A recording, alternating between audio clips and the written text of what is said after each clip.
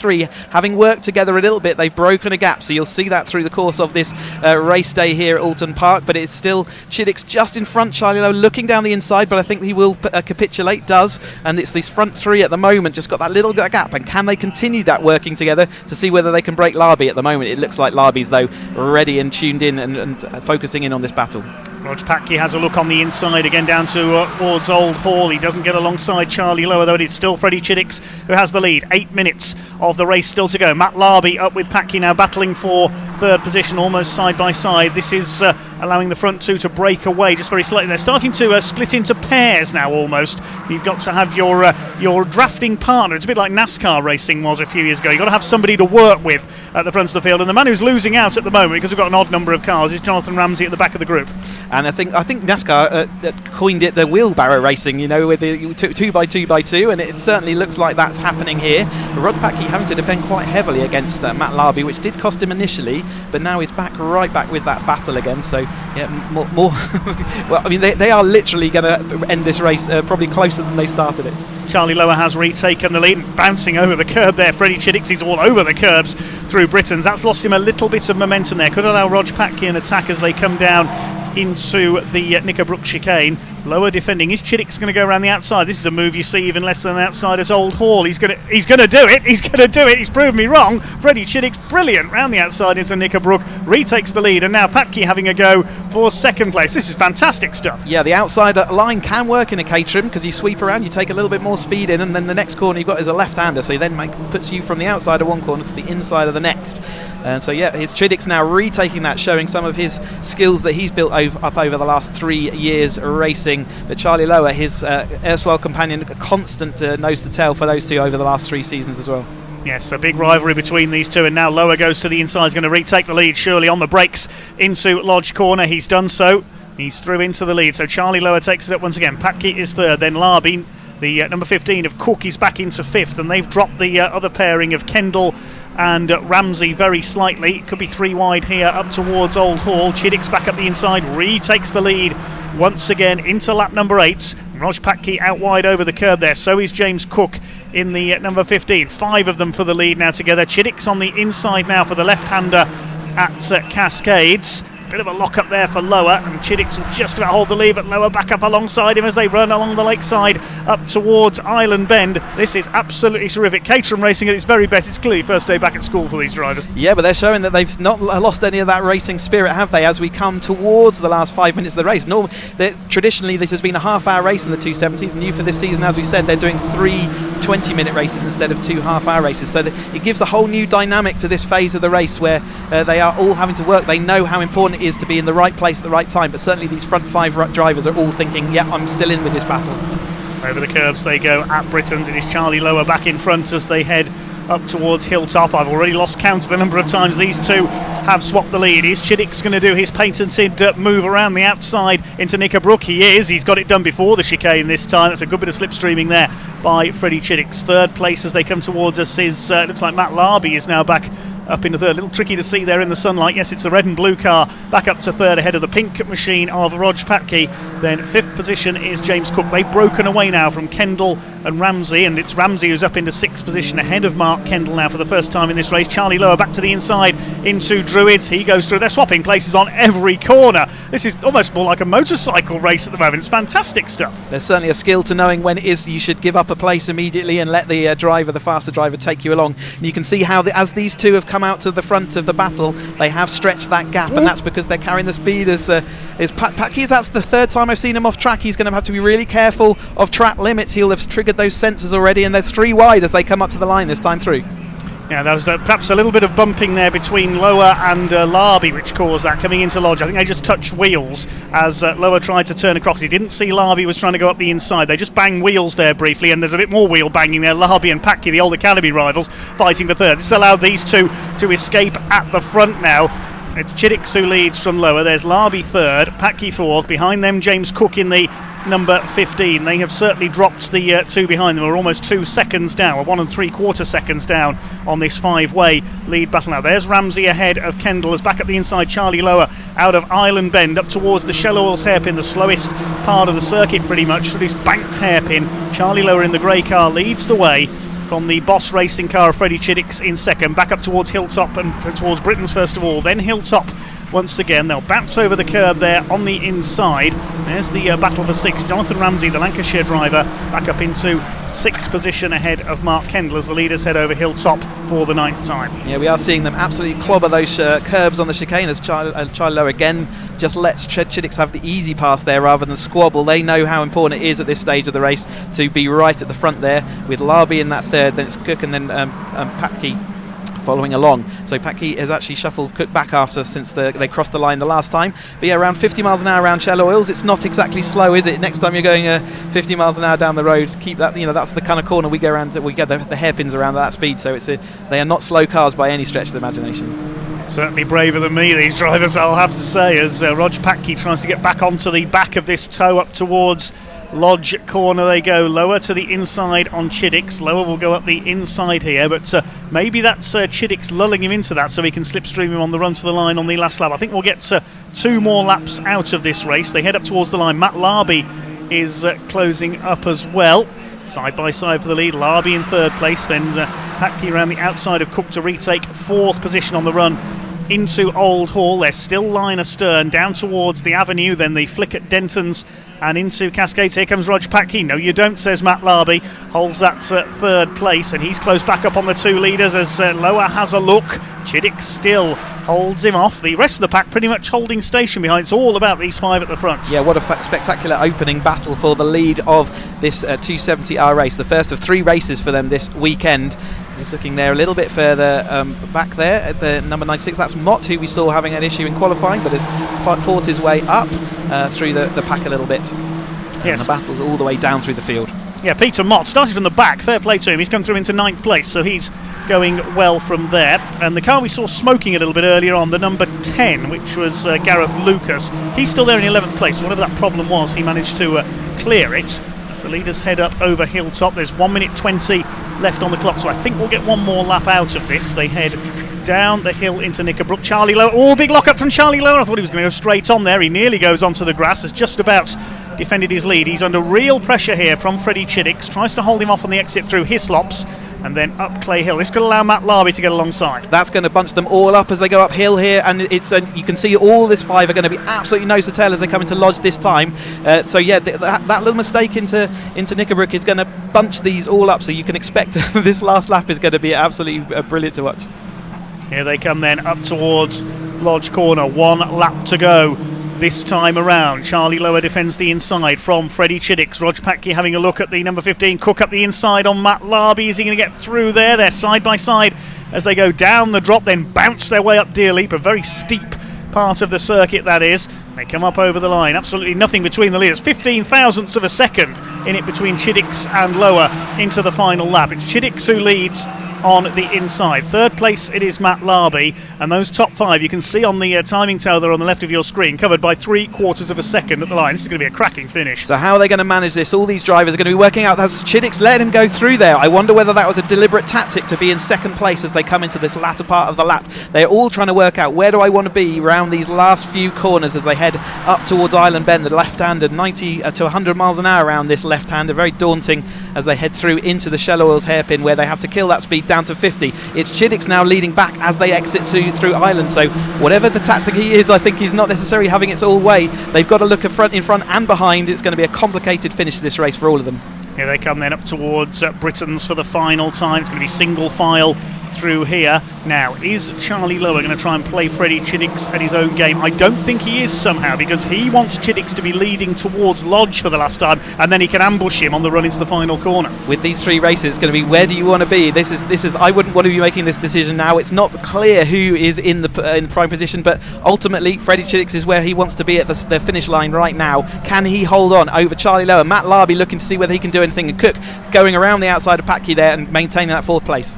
Yes, James Cook could still be in with a chance here. It could be any one of these 5 that wins this. They head up towards Druids for the final time. It's only the double right here, then the right at Lodge and through Deer Leap, and Freddie Chiddick's trying to hang on. Has Charlie Lower called this correctly? He needs to be in position to make his finishing move. Matt Larby's going to have a go up the inside on the run towards Lodge. Here they come. It's Chiddick who leads it from Lower. I don't think Charlie Lower's quite going to be close enough. It's side by side for third place. I think Freddie Chiddick has just about done enough. He's pulled out a slight gap. Cook slides wide over the curb, and it's going to be Freddie Chiddick, our first Caterham Motorsport winner of the season. The checkered flag goes out. Chiddick has won it. Over the line they go. And the rest of the order will confirm in a moment. Chiddick is actually showing further down the order, so has he got a penalty? We will have a look from race control. Yes. Car 66, 10-second penalty for a false start. That's just come through to us. So Freddie Chiddick was first over the line, but he's been given a 10-second penalty for a false start. So the win will go to Charlie Lower ahead of Matt Larby and Rog Patkin. So what a showing from the Academy boys there in second and third as they go over the line. Disappointing result there for Chiddick after what was a well-controlled last lap in the end, wasn't it? And then Cook being promoted up then into that fourth place with Kendall and Ramsey following them through. But yeah, 10 seconds, such was their lead. That does drop him back down then into seventh place. So it's not the end of the world, but it's not ideal. Yeah, close fight there over the line. That was for 16th place between Joe Priday and Alan Venters, the Scotsman. So Joe Priday got that by 1/10 of a second, while Freddie Chiddick's crossed the line in first place, but he has got a 10-second penalty for a false start. Penalties are also going to car 17 of Alex Vincent, the local man from Cheshire, and Stephen Lancaster as well. Well, he had a spin midway through that race, and he's got a penalty as well. So he'll end up in 14th place, Stephen Lancaster. Alex Vincent 15th, but it is Charlie Lower, number 21, your provisional race winner by a quarter of a second ahead of Matt Larby at the line. Rog Patke is third on his debut in the category. Great, as we said, for Larby and Patke, the Academy graduates. James Cook is fourth. Mark Kendall will take fifth position. And bitter luck to Freddie Chiddick, who drops to seventh place, so the back of that group that was fighting for the lead behind Jonathan Ramsey. Charlie Lower absolutely brilliant there in the quad lock machine to take that win, and Chiddick's I wonder when he'll learn that news. He's not going to be a happy bunny when he does learn that, but Charlie Lower going to be delighted with that win, and I imagine the two Academy boys are going to be almost dumbfounded that they've managed to take this step up, and in the first time of asking in this new machine for them, which is quite significantly more powerful and more race capable than the Academy car they've been driving last week, finished on the podium. They're going to take home a couple of really nice podium trophies with them, so you can see them all getting drawn into Parc Fermé. Right, here's the provisional result then. Charlie Lower, the winner by 0.247 of a second ahead of Matt Larby, with Rog Patke completing the podium. Less than a second covering the top four, with James Cook in fourth place. A little further back towards the end there fell Mark Kendall and Jonathan Ramsey. They finished just a couple of tenths of a second apart. Freddie Chiddick's dropped to seventh by that penalty ahead of Mark Jones in car number 2. Peter Mott from the back of the grid after problems in qualifying came through for 9th, and 51 of Simon Arnold completing the top 10. Gareth Lucas, we saw a bit of smoke from his car in the early stages. He came back to 11th ahead of the 45 of David Rook. The 71 of Giles Perry was 13th ahead of Stephen Lancaster and Alex Vincent. They also picked up 10-second penalties for false starts. Beyond that, 16th went to Joe Priday, number 84, ahead of the 74 of Alan Venters. They finished just a tenth of a second apart further back. Then further down the order, we had the number 44 of Ian Summers, 22 Louise Deason, and the final finisher was number 23 Alan Bateman. Pleased to say everybody, all 20 cars, went the distance. Yeah, congratulations to all the drivers finishing their first of 3 races. A little bit of management there to make sure they do make it to the end, because their finishing order of this race determines the starting order of the next race. So we will see Chiddick starting down in that 7th place. A few stories there further back down the field about drivers moving around, making good time up or dropping back. But early, all the cobwebs are now firmly brushed off, and they've got a few, maybe an hour or so before they probably back out on track. And in fact, they're going to be back out on track at 1:50 today. Will be the second of their 3 races. Couple more races to come before our lunch break then, and race number 2 coming up shortly is the Mottle Caterham 7 310R Championship. So we move up a rung on the ladder to the more powerful machines. We'll introduce them to you shortly, but very shortly we'll be handing over to Sam Parker, who's down in Park Ferme to talk to some of our drivers from our 270R race.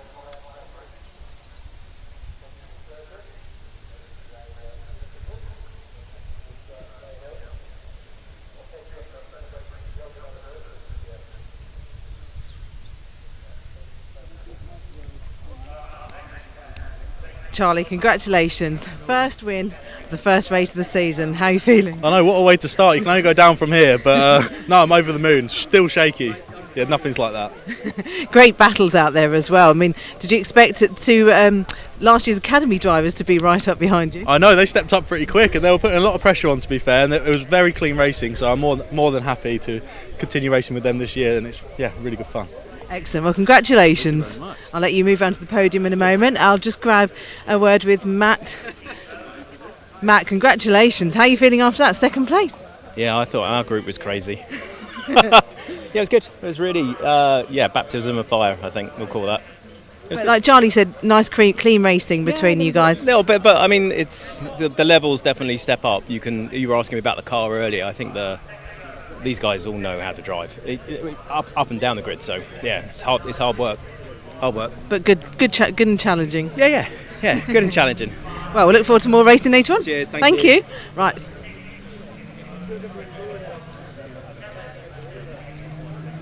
Just got to head back to the commentary box.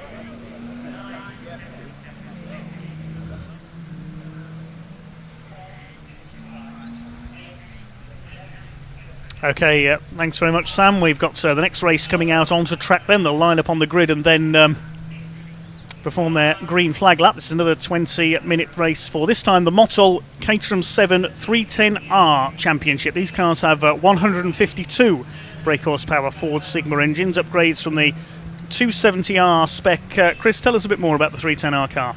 The big difference between this car and the last one, visually there's no difference between the two cars, but from a driver's perspective, they get a limited slip differential slotted into the rear, and that means that power oversteer becomes a factor, and you can see how the drivers line up then. Yes, let's have a look at the grid then. It's the German, number 25, Dominik Mansberger, who has taken pole position with number 22, Hugo Busch, alongside. Second row, number 70, Lars Alexander Hoffmann, and 35 of Jack Sales. Very quick drivers there on the first two rows. Third row, number 9, Harry Cook, and 21 of Harry Landy.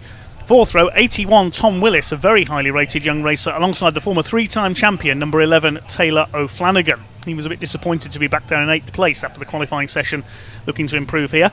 On row 5, the CEO of Caterham Cars himself, Graham McDonald, number 19, alongside the 43 of Alan Curtis. Then row 6, David Yates, number 15, and 71 of Alan Cooper. Row 7, 38, Jeff Price, and 92, Phil Bianchi. Row 8, number 10, Chris Fraser, alongside the number 8 of Darryl Cresswell. And row 9, number 77, Kevin Cooper, father of Alan, number 71. And number 50, Wes Payne, starts alongside. The 10th row, we will have number 55 of Harry Eyre alongside 28 Ryan Lovett.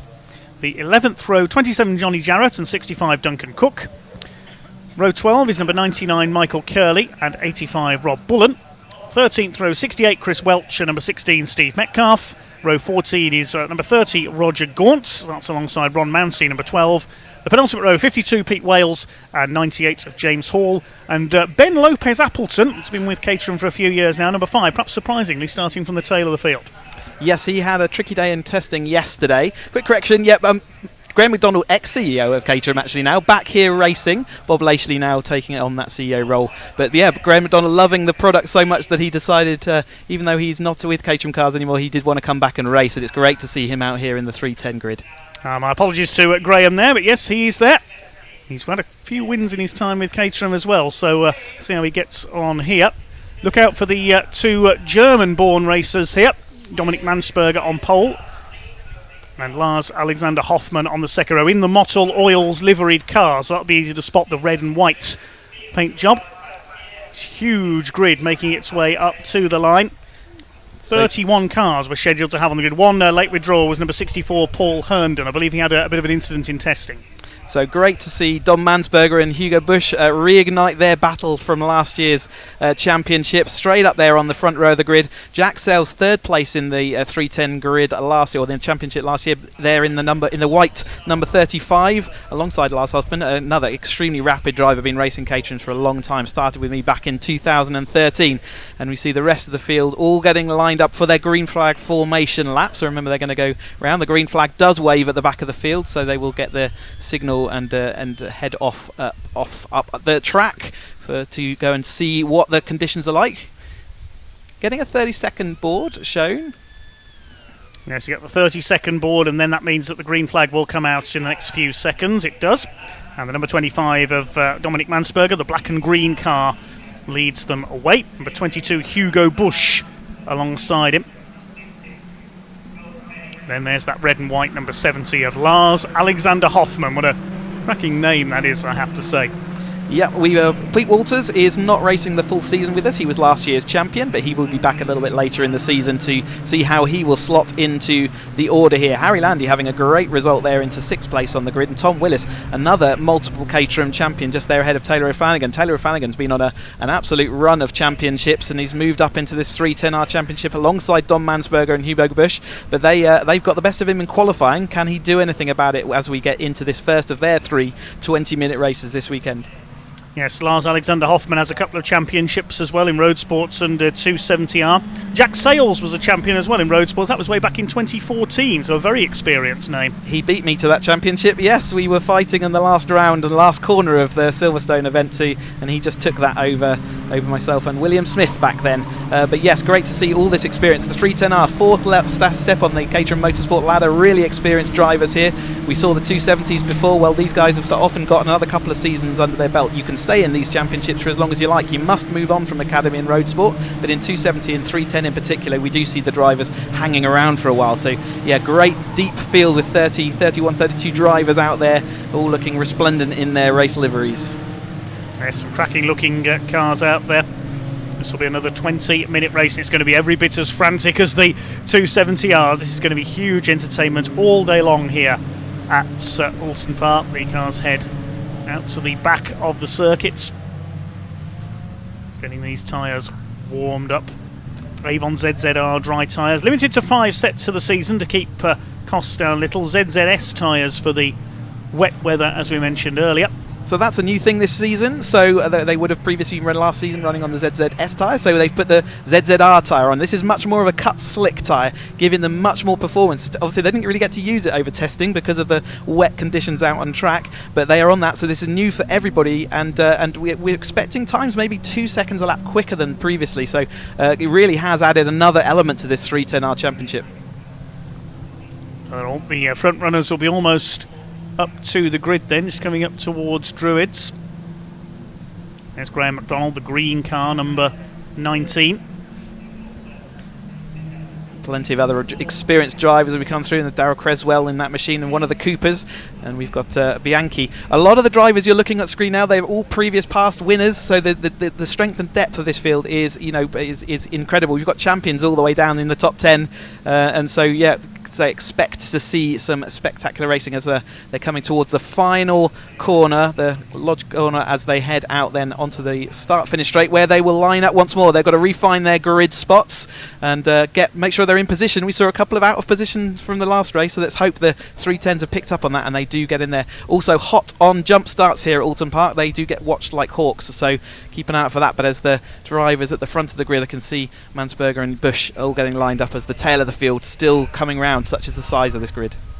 Our two marshals there with the yellow flags on the front of that grid, certainly much braver than I am standing here as the cars come up onto the grid. So it's the green and black machine of Dominic Mansberger on pole, Hugo Busch in the grey and orange car alongside. In red and white it's Lars Alexander Hoffmann, Jack Sales, the white car with the green roll cage. Then on row 3, number 9 Harry Cook in black car with some red trim. In green and black, Harry Landy, number 21. He'll be one to watch from there. Tom Willis, his big rival Blair McConaughey, not out with him this time. They've had a big rivalry over the years. Starts on row 4 alongside the yellow number 11 of Taylor O'Flanagan, looking for an incredible 4th championship this season in the Caterham Motorsport ladder. Green flag is waved down at the back of the grid then. The revs begin to rise. The red lights will come on any second now. Once they go out, we will be underway. Bit of a hold here. The red lights are now on. The revs are up. And away they go. Down towards Old Hall for the first time. Manchberger gets away well. So does Bush. Trying to get up the inside there from a little further back on the grids, 4 wide into Old Hall. Who's that cutting his way through on the inside? They almost bounce off each other. One car goes wide over the grass. Bit of a frantic start. We've got a spinner at the back. I think that was the 65 of Duncan Cook that's gone around. So a bit of a frantic start there, but it is Manchberger who leads the way. Hoffman is up into 2nd place, and 3rd place Jack Sales. Yeah, good start from the front lot, and it was Willis who made a real rocket start from the alongside Taylor O'Flanagan there. We said watch out for him before the race, and in fact both of them are making good progress. And like I say, one of the Coopers was out wide out the first corner, and we did have that spinner as well. But generally speaking, not too bad for a turn 1 at Oulton Park, as Hoffman takes that lead then over Mansberger in 2nd place as Jack Sales slots into 3rd. Willis all the way up from that 7th place on the grid, and then we've got Hugo Bush being shuffled backwards a little bit. So all these hero stories of people moving forward. Hugo Bush is the one that suffered a little bit into that. Taylor O'Flanagan is not far behind though. Miles Alexander Hoffman, the 2019 Road Sports champion, the 2020 270R champion, it is who leads the way from Dominic Mansberger. The first 3 breaking away very slightly. Tom Willis has calmed down after that frantic start where he tried to lunge up the inside of everybody. He almost took 2nd place away. He's back in 5th now behind Hugo Bush as they start to sort themselves out. In just behind him is Harry Landy, number 21. As they start to sort themselves out. One car running wide there up Clay Hill. Here's a replay of the first corner. That's one of the Coopers running out wide there, and there's the spinning car behind. Now that was the number 85 of Rob Bullen, not the 65, I apologise. Rob Bullen left, was indeed Rob Bullen on the first corner there. He's dropped down to the rear of the field. The car that ran wide on the first corner was Alan Cooper, number 71, the ex-CSCC Magnificent Sevens racer, so very experienced in Caterhams. He just ran out wide onto the grass and the mud on the outside of Old Hall corner. Quite easy to do there. They have to be careful because we have had a bit of rain in the run-up to this event, so if you get out onto the grass, it can be pretty tricky indeed. You don't want to get bogged down. Literally, it is like a bog out there. I was walking around the track yesterday, and the conditions underfoot were certainly very wet and squidgy. And Alan Cooper, a very experienced driver there, and maybe shuffled out there, but in that sort of manoeuvre where we saw the spin as well. We've just temporarily lost pictures in the commentary box as we're waiting for them to come around again to complete their 2nd lap of asking. Great to see Mansberger though coming across that line, making the most of that pole position. He lost out initially to Lars Hoffman.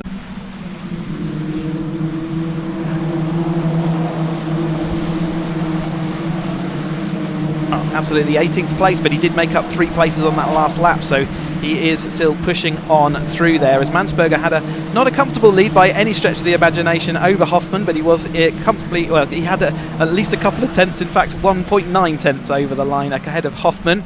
And then we've got Bush in 3rd place. Jack Sales just dropping a position to Bush on that lap into that 4th place. Remember, Jack Sales in the TN Accountancy car in the white and green, very experienced driver there as he headed around.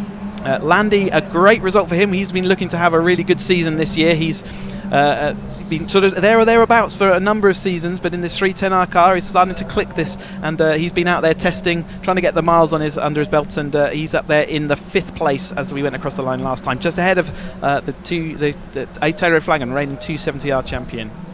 Waiting for them to come back into